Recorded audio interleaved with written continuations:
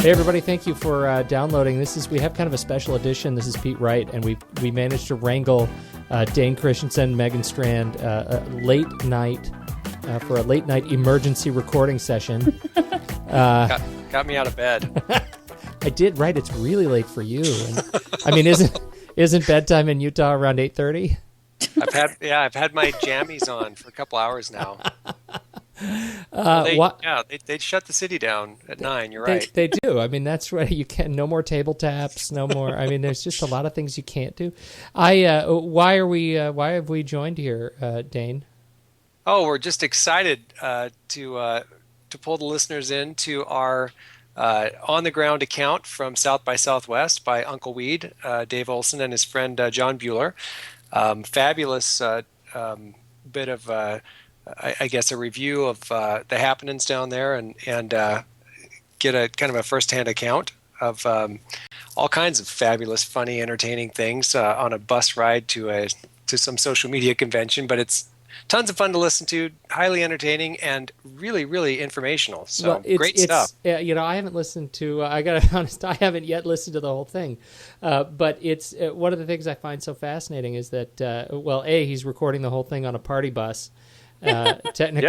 Technicolor party bus. That's gonna be awesome. I know, he's fantastic, and so it's fascinating when he starts getting into a lot of the products. The clip's about 15 minutes, but he talks about some of the tools, the social tools that are coming up and are getting a lot of play and at South by Southwest, and I think he's really reflecting on a lot of the things that the three of us have already talked about with our guests so far. And I'll give a quick warning. Just want to make sure the listeners apologize. I guess one of the difficulties you'll find is this is actually in Canadian, and so you can't do subtitles on a podcast. So no. So just stay with it. If you listen closely, most people have at least some understanding of the Canadian language, but. But if you are on any sort of accessibility device, any sort of speech to text translation is going to be absolutely impossible to. YouTube's guarantee. Apparently is highly accurate. That's so I don't know if anyone's tested that one out, but YouTube now has that, and I've heard they are just spot on with really no mistakes. So definitely ready to jump out of beta on that. That's right. That's right. Move that logo. This is sort of in lieu of a show that we're not having next week, right? When we recorded another show that went live today, and I said we'll see you next week, and you know what? We won't. And why won't we, Dane? Because it's a podcast and you don't see. Because you're a tool. I just checked out the weather forecast for Puerto Vallarta, and it will be somewhere in the range of 84 to 87 degrees with no clouds for the next 10 days. I don't know. That sucks for you. I'm sorry. That's right. So I'll get through that. It's going to be a balmy, I'm not podcasting with you people weather. That's great. Yeah, I mean, that's great. I'd be happy actually to gloat. I don't know. I just don't want to plan around the cruise ship schedule. So no, you don't want to. Maybe I'll have to work that out. I'll give you 15 minutes on the party bus. Oh, if you can spare it. I'll talk social media with some octogenarian who's it's its 20th cruise in 3 weeks. Dane, I fully expect you to do this, and if it's not taking place in the buffet line, then I don't feel like I'm getting my money's worth. I'm going to do my very, very best. Do your very best. Megan, do you have anything to add for this week of anonymity or this week of silence?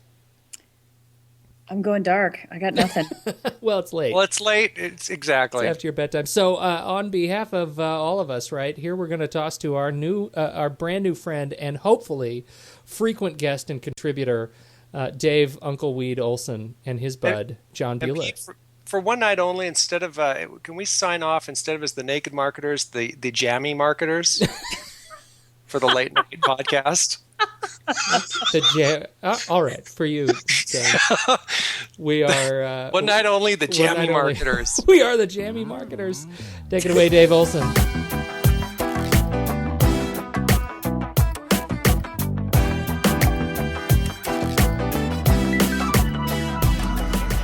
sometimes the journey is more than half the fun, and when you hop on a crazy painted school bus, well, that's almost guaranteed. It's Dave Olsen here along with John Biehler on a special report. We're the special attaches for the Naked Marketers, although I can assure you we are fully clothed at the current time. And we're down here in Austin, Texas, as South by Southwest Interactive winds down. We're still hanging, and we're hanging on the bus. How's it going, John? It's going great, Dave. Body's a little sore, a little tired, but a little water and some more Molson, we're all good. Is it like a little taste of Canada? We got the BTO and the Molson on a school bus, so we're pretty set. Now, for those of you who don't know about South by Southwest, it's this multi-purpose conference that kind of takes over this town of Austin in a way, and it started as a film and music conference, sort of showcase for the labels and such, but it's really evolved more into this massive interactive media and convergence of media and how all these media forms interact with each other. The interactive happens first, but today is is kind of the switcheroo day as the geeks start to leave and the crowd starts to get a little bit different, eh? Absolutely. You can tell, you see all the geeks with their laptop bags, and then you see all the musicians with their skinny jeans and their black t-shirts. And it's a little bit wet today, but even in a hot, sunny day, it'll be black everything. Yeah, totally. And it's the change in the guard, the khakis and the geeky company logo t-shirts and executives you can't tell whether they're an up-and-comer or a millionaire proudly displaying their little bag of souvenirs, standing in line to get plastic tchotchkes and being thrilled when someone gives out a free software, or crowds of people at like the Dignation party when the guy comes out and he's like, all right, instead of pumping up the crowd with some music, some humor, some jokes, he's like, who's ready to see some new features? Woo! Little 10 o'clock at night having a beer, watching some screenshots. It's a little bit of a surreal experience. But John, you've been here 5 years now, and this year you were even a panelist, but I think there's a lot of different ways to experience South by Southwest. Tell me a little bit about how this year's been different for you than last year, or the last 4 years for that matter. Well, the first year I came down, I went to every panel slot you could possibly go to. I came down with my boss too, so there's an expectation that I'm going to actually, have a little fun, but also learn something to take back to the office. But this year, because I was a panelist, I was sort of a little anxious about my panel, and fortunately for me, it was on the first day, so I was able to relax once it was over. But one thing I didn't do this year, like I normally do, is go to many panels. I went to one panel other than my own, and that's only because I was sort of waiting for some people, and I wandered into a ballroom, and it turned out to be Gary Vaynerchuk's discussion, which was fantastic. Yeah, and it got great reviews and great buzz, and really what these people are, they're doing these panels, it's people that you may not have heard of that are doing some incredible research mixed with these people that are kind of high up on the social media pecking order, so it's a little bit hit or miss sometimes, because sometimes people, just because they're running an awesome company or had an awesome idea, doesn't necessarily mean they're a great public speaker or capable of giving a great presentation of any kind, eh? Absolutely. Quite often, the biggest brains have the poorest presentation skills. Yeah. But what's been interesting though over the years is seeing some of these people evolve, where you can tell, the first time I saw them, they were definitely new to public speaking, and as their star started to rise and they got more practice, they got some pretty polished presentations now. They draw a huge crowd because of that. It's a great place to sort of be with your peers, meet a whole bunch of new people, and spend time. And that for me this year, the big thing was the networking side of things. Doing the hallway stuff, going out for beers or brunch or whatever with people that aren't in the panels, because it's a different experience completely. Yeah, no matter where you go, at whatever bar stool you sit down on, any hot tub that you get into, any party that you stand in line of, you get talking to the people around you, and you're really considering everyone works in or this insular industry sort of that hangs out between tech and communications. You meet quite a diverse mix of people, both from where they've come from, economically, what they are, and what kind of field of research that they're doing. But I don't think you get that unless you start scratching the surface, because from the outside, it looks like a pretty narrow demographic for the most part. Absolutely, but definitely, last night I was getting a little worn out, so I went for a little whirlpool in the hotel spa, and end up sitting beside some guy that has a company that has a product that I'm actually interested in, and we're both in our bathing suits and our beer guts hanging out, changing cards after we got out. But that's how it works. Naked marketing, indeed. Exactly. You know? It's totally how it works. And this year the big buzz kind of subject has been locative gaming / check-in / let people know where you are / updating, whatever, with a few companies, notably Foursquare and Gowalla, although Whirl's in there in the mix and trying their best. And they really have done a lot of neat things, but sad that they probably won't be the winner. But every year there's kind of something that goes away with it. Would you say that's it this year? Or is there something else I'm missing? Hey, look who it is. It's Ben. Come on in, Benjamin. Grab a beer. Impromptu hosting. I'm inviting people onto this bus and offering them beers. Well, that's the way we do it. So what do you think about all this locative kind of stuff? And you've been playing with the Foursquare and the Gowalla, and what have you been finding that's enhanced your experience? I used Twitter the last couple of years to really sort of do the same kind of things. Certainly Foursquare's made it much easier to find out what's going on, where all the people are at. And this year, kind of by accident, I've chosen to not go where all the main people are and sort of go off the sidetrack. You and I went off for a little beer after a couple of big parties, but we wanted just something a little bit more quieter, just a little bit off the beaten path. And, to me, that was the much more fun thing. I mean, it's great to go and be at a big party like the Mashable Blast or whatever the hell they called it, where there's tons of people, but you can't really talk, you can't really socialize at all in those kind of places. So it's nice to just kick back and sort of soak up some of the local Austin flavor that you don't always get to see when you go to some of these big corporate parties. Yeah, totally. And again, for people who haven't come, it's kind of hard to describe, but these companies will just go all out to rent out a whole rock and roll club. Usually bring in DJs, very little live music during interactive, which I would change if it were up to me when I do a party. Just you wait. But they just flood the people in, cram the people in. You have about 4 hours to enjoy their variety of free drinks and food and all this. And it's kind of weird because it's all about the networking and learning about the company, but it's actually impossible to do that. Although, like last night we were at the Microsoft one, they were giving us copies of Windows. We go in there, we're sitting the other day at the day stage room, and all of a sudden Adobe sets up a happy hour bar right next to us, and it's like we don't even have to go for the beers come to us. Yeah. And it got even reached a new level, and this really goes to my goal this year for the way I was trying to do my South by this year, where I've had years where last year I went to a lot of panels, and I actually spoke last year as well, and then the year before I was in a trade show booth a lot. This year it was go out and talk about my new company that I work for, but also go and expand my range and get to know Austin a little bit more. But we even made it across the county line the other day, and something that really explains some pretty good marketing promotion, and also the scope of this. So we stood in, we rendezvoused for a MapQuest bus.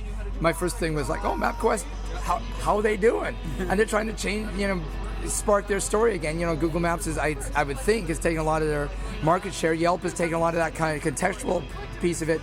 They haven't really been in the conversation, but in an attempt to get back in the conversation, which I'm assuming is the intent, they loaded up 3 big charter buses, and we stood in line for a couple minutes. Then they load up on the bus, and the only reason the line was moving slow is because as we get on the bus, they would give us a beer, open the beer, thank us for coming, put us on the bus, say, we got more beer on the bus, help yourself, just raise your hand and we'll bring you a beer.